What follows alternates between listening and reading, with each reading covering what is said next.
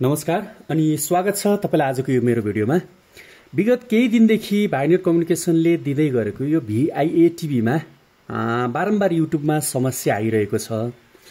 यही समस्याको बारेमा चाहिँ आज म तपाईहरुको माझमा छोटो चर्चा गर्ने गरेको छु। हुन त यो युट्युब एप्लिकेसन यहाँ सुन्नुस् है, यदि तपाईलाई तर युट्युबमा यो समस्या भइरहेको छ भने कृपया यी निर्देशक यो अफमा आयो है।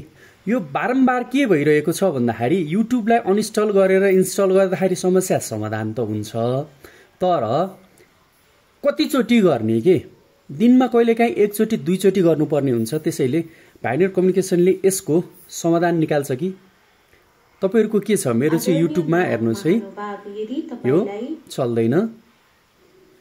अब यो एप्समा गए म यो युट्युबलाई चाहिँ मैले यहाँबाट गएर अनइन्स्टल गर्छु है। यो क्लियर डाटा गर्दाखेरि पनि हुन्छ नहुने हैन।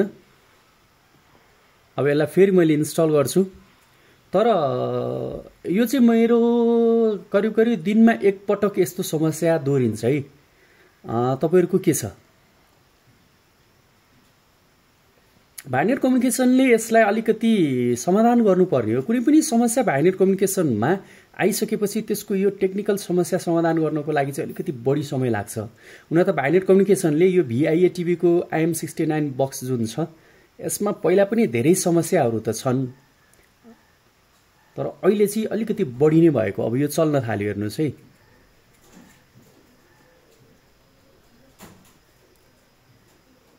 तपाईहरुको पनि यस्तै भइराछ कि? अब यहाँनिर चल्न थाल्छ, यसमा केही पनि भएन। अब यो चाहिँ के भयो भन्दाखेरि चाहिँ बारम्बार दोहोरियो के।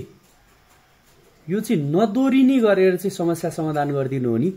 भाइनेट कम्युनिकेसनको टेक्निकल टिमलाई धन्यवाद भन्दै आजको यो मेरो छोटो भिडियो तपाईहरुको माझबाट यही टुङ्ग्याउँछु। हस्त, धन्यवाद।